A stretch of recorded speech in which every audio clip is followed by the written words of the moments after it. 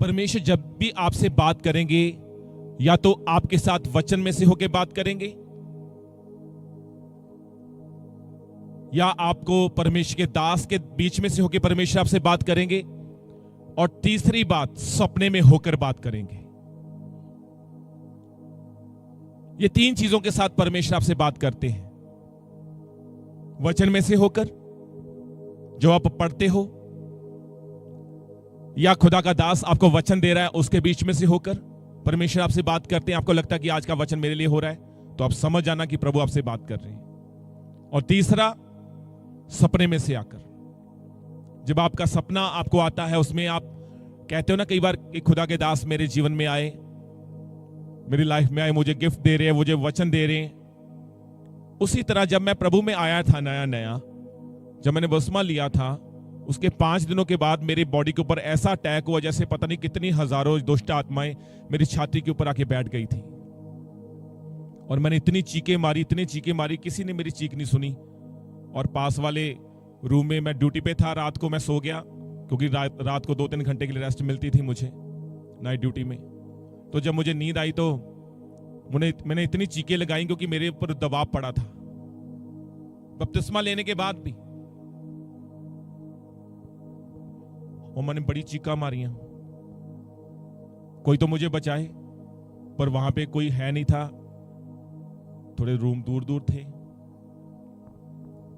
तो जब मैं उठा और मेरे अंदर एक आत्मिक गुस्सा आया, और आत्मिक गुस्सा ऐसा आया कि प्रभु अब तो मैंने बपतिस्मा लिया है, अब भी ये चीजें मेरे ऊपर क्यों हैवी हो रही हैं। तो मैंने वचन निकाला, वचन पढ़ना शुरू किया।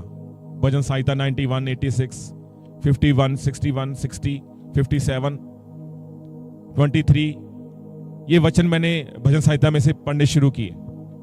और जैसे जैसे मैं वचन को पढ़ता गया, मेरे मुंह से अपने आप प्रार्थना निकलनी शुरू हो गई। और एक 5 दिन का मसीह जो सिर्फ अभी बपतिस्मा लिया, नया अपना जीवन प्रभु को दिया, अभी सिर्फ 5 दिन का है, और उसके मुंह से कैसी प्रार्थना हो सकती है आप सोचो। वो तो धन्यवाद कर सकता है, या हालेलुया बोल सकता है, या तारीफ कर सकता है, या सिर्फ वचन पढ़ सकता है, पर उसके मुंह से प्रार्थना कैसे निकलती होगी। पर वो मेरे जीवन में पहली वो प्रार्थना थी।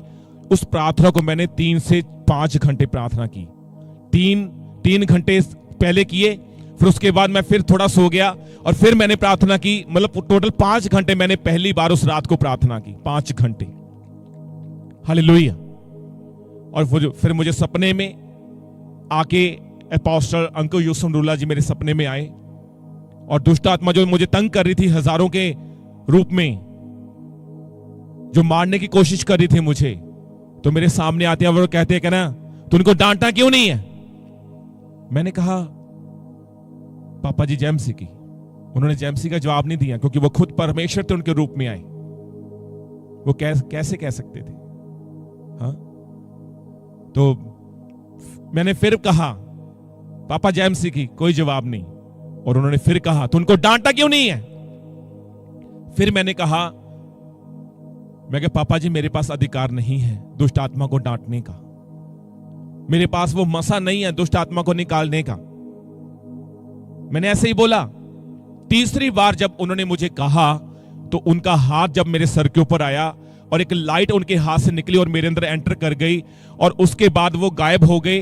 और जब मैंने उनके ओर हाथ बढ़ाया दुष्ट आत्मा की, और मेरे हाथ में से एक रोशनी निकली और उन दोनों दुष्ट आत्मा के ऊपर गिरी, और वो चंगे हो गए यीशु नाम में। और वो आज तक वो फल, वो फ्रूट, वो ग्रेस, आज तक वो मसा काम कर रहा है अंदर। हालेलुया। जैसे मैंने आपको पहले भी कहा स्टार्टिंग में, कि परमेश्वर आपके 3 तरह से आपके साथ बात करते हैं। वचन में से होकर, खुदा के दास के वचन के द्वारा, और सपने में से आकर। हालेलुया। ये तीनों चीजों के द्वारा आपसे परमेश्वर बात कर सकते हैं। आपको पता है, जब एक खुदा का दास आप लोगों को वचन में से होकर समझाता है, वचन में से होकर बोलता है, वो आपको समझने के लिए, आपको चेंज होने के लिए परमेश्वर का आत्मा कहता है कि आप अपने मन को बदलें, अपने जीवन को बदलें। आज जब हम उस सॉन्ग को हमने शुरू किया, कनान तुर जाना है, हाँ, और प्रभु की आत्मा ने 3-4 बार मुझे कहा आप लोगों के लिए कि अपने मन को बदलें, अपने पापों से मन को फिराएं, पश्चाताप करें। ऐसा क्यों कहा परमेश्वर ने? कोई कहीं ना कहीं आज भी हमारे जीवन में कुछ ऐसे पाप हैं जो हमें स्वर्ग जाने से रोक तो नहीं सकते, पर हमें महान बनने से, ऊंचा होने से, आशीषित होने से रोकते हैं।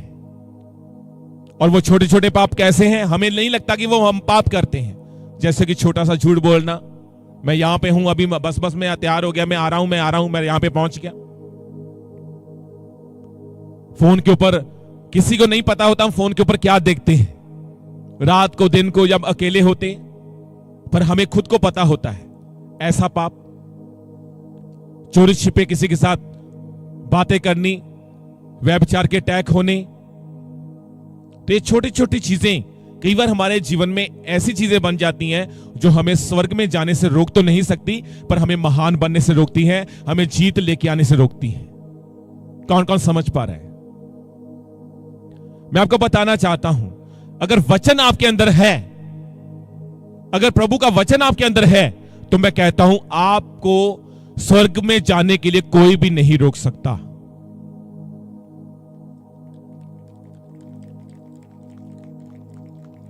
जो परमेश्वर की ओर से आशीष, वो बरकत आपके जीवन में आती है, उसको कोई नहीं रोक सकता, खुद परमेश्वर भी नहीं। अगर आपने अपने मन बना लिया है कि आज मैंने तौबा करनी है, मैंने अपने जीवन से मन को फिराना है, पश्चाताप करना है, तो परमेश्वर भी आपको रोक नहीं सकते, क्योंकि उसका वचन कहता है, कहना कोई तुझे मेरे प्रेम से कोई दूर नहीं कर सकता। कोई हवा नहीं, कोई तूफान नहीं, कोई भूकंप नहीं, कोई लोग नहीं, दूत नहीं। कह रहा मैं खुद भी अपने प्रेम से तुमको दूर नहीं कर सकता, क्योंकि परमेश्वर वादों का परमेश्वर है, परमेश्वर वाचा रखने वाला परमेश्वर है। हम कई बार परमेश्वर के साथ वादा कर लेते हैं, प्रभु हम ऐसा करेंगे, हम वैसा करेंगे, पर हम भूल जाते हैं कहीं ना कहीं, और वो जीवन में, हमारे जीवन में ब्लेसिंग्स तो आ जाती है, पर कहीं ना कहीं हम परमेश्वर को भूल जाते हैं, उस सामर्थ को भूल जाते हैं, उस ग्रेस को भूल जाते हैं जो परमेश्वर ने हमारे जीवन में रिलीज की थी। मैं आज तक उस सपने को नहीं भूला जो मेरे जीवन में पहली बार और नाइट सपना आया था। आज तक वो मसा जो आत्मा के द्वारा मेरे जीवन में उतरा था, वो आज तक काम कर रहा है, आज तक। हालेलुया। आपको पता है आपके जीवन में वचन होना कितना जरूरी है? जब प्रभु यीशु मसीह 40 दिन रोजों के साथ गए तो बाहर आए, तो शैतान ने परीक्षा की। अगर प्रभु यीशु मसीह के पास वचन ना होता तो वो सामना कर पाते? नो।